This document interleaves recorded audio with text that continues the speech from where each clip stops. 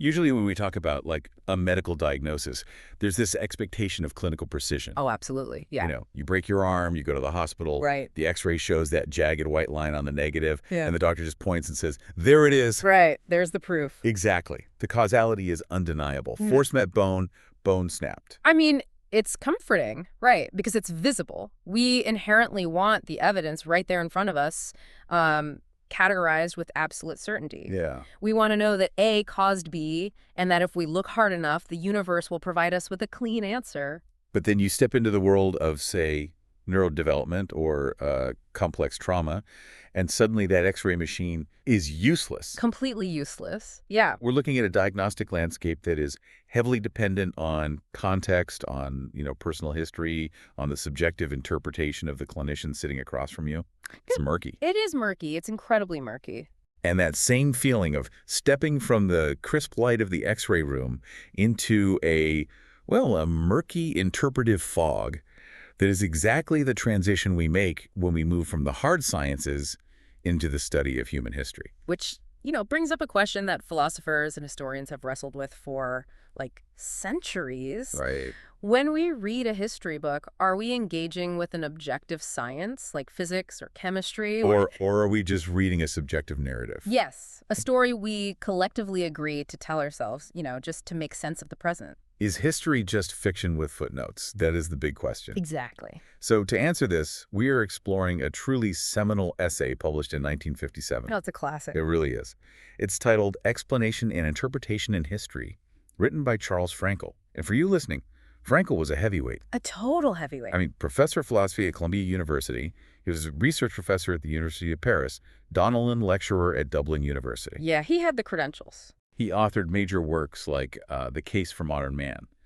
Basically, he spent his life trying to figure out how we make sense of the human condition. And his 1957 essay couldn't be more relevant to how we process information today, because Frankel recognized that discussions about the quote-unquote meaning of history are anything but idle academic chatter. They actually matter in the real world. They matter immensely. The way a society views its past dictates its present. It influences the construction of our social policies, our morals, our religion. Everything. Everything. Frankel argues that our view of the past affects the very quality of a culture and the tangible feel of our daily experience. So if we believe our history is a story of inevitable upward progress, we govern ourselves one way. Right. But if we believe it's a story of constant decline, corruption and systemic failure, we legislate and interact with each other in an entirely different way. Exactly. And in the mid-20th century, when Frankel was writing, there was a growing trend among professional historians to just throw their hands up. Like, we give up. Yeah, to declare objective history impossible. Thinkers like Charles Beard were arguing that trying to define a massive event like, say, the French Revolution is just an arbitrary isolation of data in the historian's mind. It doesn't exist objectively in the world the way a chemical reaction does. Right. The sheer complexity of human affairs means any explanation is going to be tainted by the historian's subjective viewpoint. So Frankel steps into this debate to kind of pump the brakes. He wants to rigorously examine what an explanation in history actually looks like. Yes. And whether it really is so completely divorced from scientific explanation. Okay, let's unpack this. We're going to start with what we can call the detective's dilemma. I love that term. So Frankel points out that history primarily consists of singular statements. Like, these are unique events that happen exactly once at a specific place and time. Right, the assassination of Julius Caesar, the fall of the Berlin Wall. Yeah, you can't put the Roman Senate in a petri dish and assassinate Caesar 100 times to isolate the variables. You really can't. The basic currency of the historian's work is names, dates, and places. It is the realm of the unique. And because of this, many assume that explanation in history must be radically different from explanation in the sciences. Right, because physics deals with universal laws that apply everywhere, all the time. History deals with Napoleon at Waterloo on one specific muddy day in 1815. But Frankel introduces a massive counter-argument here. He says historians actually rely heavily on generalizations on scientific and psychological laws to even begin their work. Yes.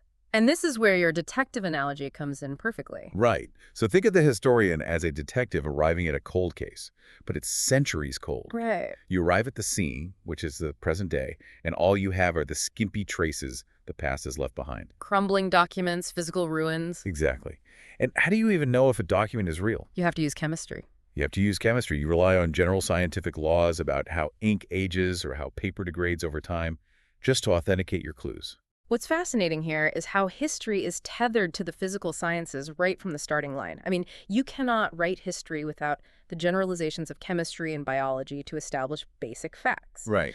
But when the historian detective starts trying to piece together the actual narrative connecting clue A to clue B, they have to rely on general beliefs about human nature. Like psychology. Exactly. You have to assume that human beings in the 15th century reacted to fear, hunger, or ambition in ways generally similar to how they react today. Otherwise, their actions would be entirely unintelligible to us. We'd be looking at alien behavior. Right. So historians are using general laws all the time to interpret behavior. Yeah. But that leads to the first major hurdle Frankel identifies. Riches. Well, a physicist has precise, mathematically finished generalizations, an historian does not. Frankel actually borrows a concept from the philosopher Carl Hempel here. He says historians don't provide full airtight explanations, they provide explanation sketches. Explanation sketches. I like that. It implies something drawn in pencil. You know, missing the shading or the vital mathematical proofs that would make it a law. Yes, because historians lack precise generalizations about human behavior. They cannot strictly deduce exact events. Like in physics, if you know the mass of an object, the force applied, and the friction of the surface, you can deduce exactly how far it will travel. The laws allow for prediction. But in history, our laws of human behavior are so sketchy that we can't deduce anything with that kind of certainty. Frankel uses counterfactuals to illustrate this, which I find super helpful. Oh, they're great. Like, would the French Revolution have been different if Jean-Jacques Rousseau had never written The Social Contract? Right. Or would the Reconstruction period following the American Civil War have been fundamentally altered if John Wilkes Booth had been a poor shot and missed Abraham Lincoln? When an historian writes a book claiming that Rousseau's writings caused the ideological fervor of the French Revolution, or that Lincoln's assassination caused the failure of Reconstruction. They are implicitly answering those counterfactual questions in the affirmative. Exactly. They are assuming that if those specific causes hadn't happened, the outcomes would have been different. But proving a counterfactual in history is impossible. Completely impossible. I mean, you can't run a simulation of the 1860s again, this time with a clumsy John Wilkes Booth, and see what happens to the South? Right. The proofs historians provide for their explanations are frequently of a comparatively low order, and that's just because they simply cannot marshal the kind of airtight, repeatable evidence a physicist can. So does this mean history is totally unscientific and just a matter of subjective guesswork? Well, Frankel argues passionately that the answer is no. This is a crucial distinction. The fact that historians deal in explanation sketches and the fact that it's hard to prove counterfactuals, these are just contingent facts about our current lack of knowledge regarding human affairs. They are not permanent, unalterable, logical barriers. Exactly. Meaning it's a practical problem of the present moment, not a permanent law of the universe. Yes. It highlights our current poverty of reliable, predictive generalizations about sociology and psychology, combined with, the sheer difficulty of gathering perfect data from the past. Right. But theoretically, if we had a flawless science of human behavior and a perfect record of every past event, we could provide historical explanations that are just as rigorous as physics. Exactly. History is on the same logical continuum as the other sciences. It's just dealing with incredibly messy, poorly documented subject matter. Okay, so if history can't predict the future like physics can, and if it can't give us mathematically precise deductions, we have to ask what kind of explanations historians are actually giving us. Right. And this moves us from looking for sufficient conditions to looking for essential conditions. Okay, let's define that clearly for the listener. Yeah. A sufficient condition guarantees an event will happen. Like gravity. Yeah, if you drop a bowling ball from a roof, gravity is a sufficient condition for it to fall. You have X, you absolutely get Y. But history almost never works that way. Historians give us essential conditions. Essential meaning. A prerequisite without which the event wouldn't have happened. Okay, give me an example from Frankel. Sure. He uses the convening of the Estates General in France in 1789, which was the spark of the French Revolution. An historian will tell you the explanation for convening the Estates General was that the French king was bankrupt. Yeah. Or, looking at 19th century Britain, The explanation for the political agitation to repeal the Corn Laws was that the price of bread was too high. But wait, I have to push back on that just as a critical reader. Go for it. A bankrupt king doesn't automatically mean a parliament gets called. That is not a sufficient condition. No, it's not. A bankrupt king could have violently raised taxes using his army. He could have borrowed money from a neighboring kingdom or just abdicated. There are a dozen outcomes that could stem from the king is bankrupt. Yeah. So why do we accept the bankruptcy as a valid explanation when we read a history book? The predictive power of that statement is zero. And you've highlighted exactly what Frankel is analyzing here. We accept these explanations because ordinary language recognizes them as valid. Interesting. So it's about how we talk in everyday life. Exactly. When we ask why something happened in our everyday lives, we aren't usually asking for the exhaustive set of conditions that made it inevitably predictable. We just want an account of the stages of a process. We want the essential steps. Right. The bankruptcy was an essential stage in the process that led to the Estates General. Without it, the Estates General wouldn't have happened. That satisfies our human demand for an explanation, even if it falls short of the predictive ideal of physics. That makes a lot of sense. So historians aren't failing at their jobs. They are just answering the specific type of why question we are asking them. Exactly. But Frankel points out that this reliance on essential conditions leads historians into a trap. And this is something we can call the Cleopatra problem. Yes, the Cleopatra problem. It beautifully illustrates what happens when historical generalizations get stretched into what philosophers call specious generalizations. Okay, so the classic historical statement is, Cleopatra's beauty caused Mark Antony to linger in Egypt. Right. This is a foundational narrative of the Roman Empire's collapse into civil war. Antony is mesmerized by the queen, ignores his duties, and disaster ensues. Now, to say X caused Y implies a general rule connecting things like X to things like Y. So the underlying rule would have to be, generals are susceptible to beauty and therefore they linger. But Frankel dismantles this. I mean, are all generals susceptible to beauty? The historical record says no. Definitely not. Many generals were entirely indifferent to beauty when they had a war to fight. So the generalization fails. Perhaps the rule is about Cleopatra specifically. Did her beauty cause all visiting dignitaries to abandon their duties? Again, the evidence is negative. Plenty of dignitaries visited, conducted their business, and left completely immune to her charms. Right. So maybe the rule is about Mark Antony. Was Mark Antony always so affected by beauty that he abandoned his armies? If that were true, he never would have conquered anything prior to meeting Cleopatra. He would have been distracted in every town. Right. And furthermore, is it always for reasons of love that generals fail to move their armies? Obviously not. It's usually supply lines, weather, or strategy. Exactly. But watch what happens when you present an historian with all these counter instances. What do? They don't abandon the explanation. They don't say, you're right, Cleopatra had nothing to do with it. Instead, they start adding what Frankel calls restrictive clauses. They narrow the scope of the rule. They say, well, it's not all generals. It's generals with a specific romantic temperament. And it's not all women. It's women with royal power and exotic charm. Okay, so you keep pushing, and they keep adding restrictions until the generalization isn't general at all. Right. It becomes, if a man exactly like Mark Antony falls in love with a woman exactly like Cleopatra in exactly the same political circumstances at the exact same time of life, then this man will linger in Egypt. Which is absurd. It is. You haven't made a generalization. You've just disguised a singular statement about one specific couple as a law of human behavior. And this is exactly why some philosophers argue historians aren't using generalizations at all. They're just asserting relations between unique events. But Frankel defends the historians here. He does. He says their continued commitment to the explanation isn't illogical. It's because they are operating with correlations of significant frequency, not invariant laws. Okay, so beauty doesn't always distract a general, but it happens with enough frequency in human affairs to make it a plausible hypothesis in this specific case. Exactly. Those restrictive clauses are a legitimate way of refining a vague hypothesis into a sharper understanding of the essential conditions of that specific moment. It's messy and imprecise, but it's a disciplined inquiry. Yes. But this looseness brings up a massive debate about the actual words historians use to write their books. Which is fascinating. Thinkers like Patrick Gardner and Isaiah Berlin argue that history should use loose, accommodating, ordinary language. They claim terms like revolution or civilization must inherently be vague. Because human affairs are messy, the language used to describe them must be flexible.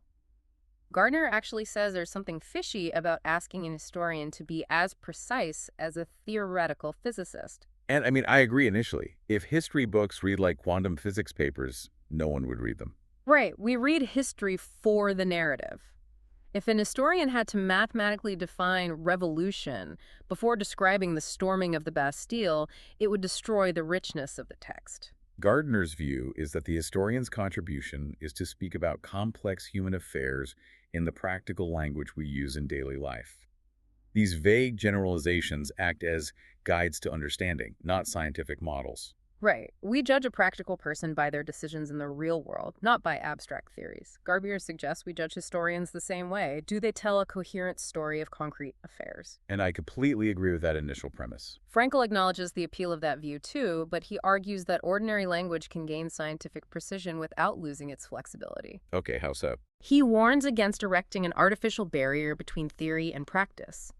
To illustrate this, he dissects one of the most famous historical phrases ever coined by Lord Acton: power corrupts, and absolute power corrupts absolutely. Oh, everyone knows that one. Yeah. But let's apply scientific rigor to it. As a universal law, power corrupts is technically false. Right. Frankel points to Abraham Lincoln. Lincoln held immense, sweeping wartime powers, yet most agree he was not corrupted by them. He was arguably ennobled by the burden. The universal law fails immediately. And the second part, absolute power corrupts absolutely, is scientifically worse because absolute power doesn't actually exist. Really? Yeah, I mean, no dictator has absolute power. They rely on armies, bureaucrats, and economic systems. There are always limits. So the statement is scientifically false and refers to a non-existent entity. Exactly. Yet it works beautifully. Frankel says we shouldn't view it as a scientific law, but as a rule of wisdom. A guiding principle. Right. A principle that tells us, in the absence of strong evidence to the contrary, it is generally safer to assume that putting a lot of power in one person's hands will lead to bad outcomes. Okay, so what is Frankel's deeper implication here? His deeper implication is that history doesn't have to remain vague. He argues that terms like the Puritan mind or the Victorian businessman are not just lazy literary devices. What are they then? They act as methodological rules to organize specific materials under inquiry. I see, it's like a software container. Exactly. This historian is saying, for the purposes of understanding 17th century New England, I'm going to organize my data around this construct called the Puritan mind. I know every single Puritan didn't think exactly the same way, but this construct allows me to group behaviors, sermons, and laws together to find patterns. Yes, it's a tool for inquiry, much like how physicists use the concept of a frictionless vacuum, even though it doesn't perfectly exist in nature. It helps organize the data. Right. Frankel is saying ordinary language is heavily influenced by theoretical science, and what it gains in precision, it doesn't necessarily lose in flexibility. History hasn't achieved a unified theory of human behavior yet. No, it hasn't. But if we ever do get a flawless sociology, the language of history might change, and it would be a better explanation, even if it sounded different. But even if an historian perfects their explanations and sharpens their language to a razor's edge, they still face a deeply human hurdle. Oh yeah, bias. The theologian Reinhold Niebuhr argued that even the most scrupulously honest historian cannot prevent their own viewpoint from coloring the historical picture. And Frankel notes this bias doesn't usually happen when laying out basic facts, like the dates are the dates. Right. It happens precisely when the historian assigns causes. This is a critical insight into how historical narratives are constructed. And Frankel uses two brilliant analogies for this: the forest fire and the traffic accident. Let's walk through those. They're great. So imagine a massive forest fire. You ask people what caused it, and they'll say, human carelessness, someone tossed a cigarette. We assign the cause to the human action. Right. But scientifically, the dryness of the wood, the lack of rain, and the presence of oxygen are equally necessary conditions. So why don't we say the cause of the forest fire was that the forest was damp last week, but dry this week. Or consider two cars colliding on an icy curve. People say the roads were bad or the driver was speeding. We never say the cause of the accident was the existence of automobiles. Even though without cars, there are no car accidents. Exactly. The existence of the car is a necessary condition. So why do we select one specific factor out of a dozen necessary conditions and crown it the cause? Frankel explains that in practical affairs and in writing history, cause is assigned to the variable we believe can be manipulated. Manipulated, that is the key word. We assign cause to the thing we think we can change or control to produce a desired result. Right. The fixed conditions, things we can't or don't want to change, are set aside as background. Like the fact that wood burns when dry. Exactly. We can't change that. We don't want to change that automobiles exist. We relegate those to the background.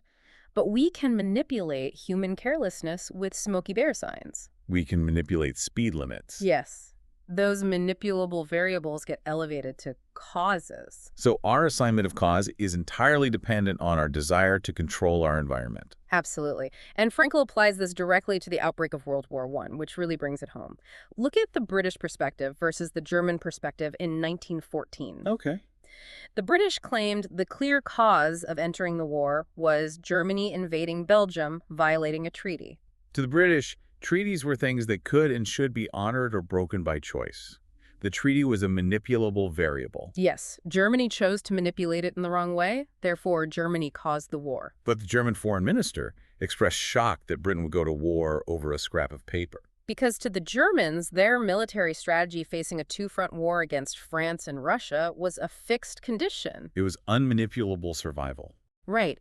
Given that fixed condition, the treaty with Belgium, which stood in the way of invading France quickly, was the manipulable variable that had to yield. The British said, the treaty is fixed, your invasion is the manipulable cause. And the Germans said, our military survival is fixed, the treaty is the manipulable cause. Wow. They are looking at the exact same facts, but because they have different values regarding what should be manipulated, they assign entirely different true causes to the start of the war. And this connects directly to you listening to this deep dive today. Oh, absolutely. This matters to you today because whenever you watch the news and an expert tells you the cause of an economic downturn or a political crisis, they aren't just giving you a scientific fact. Not at all. By identifying one specific factor as the cause, they are tacitly revealing their own values. They are showing you what they believe should be manipulated in society. Exactly. If they say the cause of an economic crisis is greedy bankers, they believe financial regulation is the manipulable variable. But if they say the cause is overbearing taxes, they believe government policy is the manipulable variable. Explanation and interpretation in history are inextricably intertwined. The impassive historian cannot keep their values from affecting the causal account they give. The act of saying A caused B is an interpretation based on what the historian thinks is manipulable. Okay, so if our search for causes is inherently biased by our modern values, how do historians actually build frameworks to interpret the past without just making things up? Right, that's the next big question. And Frankel identifies three characteristic ways people interpret history, three flavors of meaning, if you will. Okay, what's the first one? The first is asserting that a key variable is the most important causal agency. Like an historian proposes a comprehensive theory based on one dominant factor. Exactly. The classic example is Karl Marx's Communist Manifesto. Marx declared, the history of all hitherto existing society is the history of class struggles. He asserted that economics, the means of production, is the key variable driving politics, religion, and art. Right. Or an historian might say geography is the key variable, that a nation's history is dictated by its rivers and mountains. Or technology, the printing press, or the steam engine drives human epochs. And Frankel says this first type of interpretation is useful as a guide for research, right? Like a heuristic. Yes. It tells the historian to look closely at economic structures because they will likely yield fruitful explanations. The economic interpretation of history was undeniably one of the most productive ideas of the 19th century. Okay, but what about the second type? Because you mentioned three. The second type of interpretation is much more controversial. This is the attempt to find the meaning or purpose of history as a whole. Like a grand, divine, or inevitable design. Exactly. The idea that nothing is wasted and every empire rising and falling is part of a single design moving toward a final goal. And Frankel rejects this, doesn't he? Frankel unleashes a fierce rejection of this second type. He notes thinkers who try to apply laws like thermodynamics to human history, predicting an overall direction. Thermodynamics. Yeah, but his scientific critique is that a law predicting the overall direction of a system can only apply to an isolated system, a closed loop where no outside energy interferes. And human history is obviously not an isolated system. Exactly. We discover new continents, experience natural disasters, invent new technologies.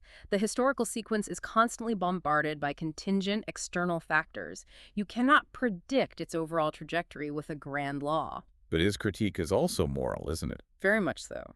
He argues that anyone who tries to impose a single standard of success on all of human history, demanding that all eras be judged by one final goal, commits a terrible error. If you believe history is inevitably marching toward a utopian revolution or a divine kingdom, you will justify any amount of current human suffering as a necessary stepping stone toward that grand purpose. Right. The actual human beings living in the present become expendable fuel for the meaning of history. That's a dark thought. Frankel has a really powerful phrase for this. He says this turns history into a scene for the crucifixion of man in the name of some transcendent and occult purpose. Wow. Crucifixion of man in the name of some transcendent and occult purpose. You sacrifice the real living person for the occult goal. And Frankel is completely impartial in this critique. He applies it to thinkers across the ideological spectrum. Like who? Oh, everyone from St. Augustine's Divine City of God to Hegel's Dialectical March of the World Spirit to Arnold Toynbee's civilizational cycles. And of course, the Stalinoid variations of Marxism that justified horrific purges in the name of inevitable historical progress. Just be clear for the listener, we are simply reporting Frankel's philosophical critique here, not taking sides. But the point is, if you try to force all of human history into a grand, deterministic straitjacket, you are engaged in an anti-human project. That's Frankel's view. The search for a universal grand design is a trap. Which forces us to ask, if looking for a grand, universal design is a trap, how do historians find meaning? This leads us to Frankel's third and most fascinating type of interpretation, the concept of terminal consequences. Okay, here's where it gets really interesting. It does. It unlocks the mystery of why history is constantly being rewritten. Right. When an historian provides an interpretation of an age, they are telling a story of causally related events that lead to a terminal consequence, the endpoint of the story they have chosen to tell. So to state the meaning of a historical process is simply to state its terminal consequence. Exactly. Let's use an example from Frankel, Columbus discovering America in 1492. Perfect example. So we have the starting event, let's call it Event E Columbus lands. Okay. Imagine two different people interpreting the meaning of this event in the 16th century. A 16th century Spaniard traces Event E to a terminal consequence. Let's call it T1. And what is T1 for the Spaniard? For the Spaniard, Columbus's landing leads to the expansion of the Spanish Empire, immense wealth in silver and gold, the spread of Catholicism, and Spain's rise as a global superpower. That is the meaning of Columbus to them. Right. Now, contrast that with a 16th century Native American living in the Caribbean. Yes. They look at the exact same starting event E, but they trace it to an entirely different terminal consequence, T2. And for the Native American, Event E leads to catastrophic foreign diseases, the collapse of their civilizations, violent conquest, and decimation. That is their terminal consequence. Exactly. Now, are these two interpretations in conflict regarding the facts? No. They are both entirely objectively true. Spain did get rich and powerful, and the native populations were decimated. It is a real and tragic clash of interests in the practical world, but historically both interpretations are equally true. They seem to clash because they're talking about different sequences of consequences stemming from the same root event. This is a huge aha moment. It completely dissolves the cynical skepticism that says history is just whatever the current generation decides it is. Right. When a new generation of historians writes a radically new book about, say, the Industrial Revolution, they aren't necessarily proving the old historians were liars who got the facts wrong. The new generation is living in a new social habitat. They're worried about different things, maybe environmental degradation instead of economic growth. Yes. So they look back at the past and trace the sequence of events to new terminal consequences that matter to their current generation. The historian of the 1950s traces the Industrial Revolution to the rise of the middle class. The historian of the 2020s traces it to climate change. Both are true. The new history book is just tracing a different set of intersecting lines. The old history is still true. Frankel emphasizes that this process of rewriting history by selecting new terminal consequences is a vital function. It is how a society refines its social memory. Exactly. If we only had one interpretation, we would blind ourselves to the myriad other consequences that historical events produced. But that creates a new problem. It does. If there are infinite terminal consequences we could trace, and if anyone can pick whatever endpoint they care about, doesn't that mean all history books are equally valid? That's the fear. I mean, does that mean a history book tracing the meaning of the 20th century to the evolution of shoelace designs is just as valid as a history book tracing it to the Cold War? How do we know which interpretation is actually the best without falling into relativism? Right, and Frankel doesn't leave us hanging there. He outlines 4 specific criteria for selecting terminal consequences to ensure history isn't just an uncritical pluralism where any random opinion is valid. Okay, let's break down the 4 criteria. What's the first? The first is interestingness. He admits historians write about what interests them, but he draws a line between shifting, capricious fads, like your shoelace example, and interests that are durable and widely shared by a civilization. So a good history addresses the persistent anxieties and values of a broad society over a long span of time. Exactly. The second criterion is explanatory value, and historians should choose terminal consequences that are themselves the beginnings of other major histories. Points of intersection from which the greatest number of lines radiate. Yes. If you read a history of the invention of the printing press, the terminal consequence mass communication is the starting point for the Protestant Reformation, the Scientific Revolution, and modern democracy. That terminal consequence has massive explanatory value because it intersects with so many other major historical lines. It is pregnant with further consequences. Precisely. The third criterion is social policy. Historians often focus on manipulable variables that help solve modern problems. Frankel notes the new historians who turned away from military battles to focus on the rise of science, right? Yes, because they believed utilizing science was the key instrument for modern society to organize itself and solve its problems.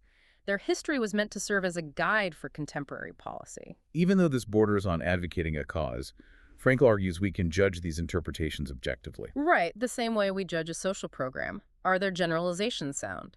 Do they clarify the limited number of objective alternatives we actually have in the present? A good history clarifies our practical choices. And the fourth criterion. A scheme of human good.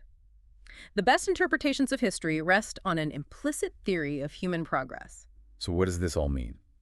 When we synthesize this, we go to history not just to see what happened, but to discover what is possible. Yes, we prefer historians with a generous image of human excellence over those who are provincial or impassive. We know how to pick a good history book now.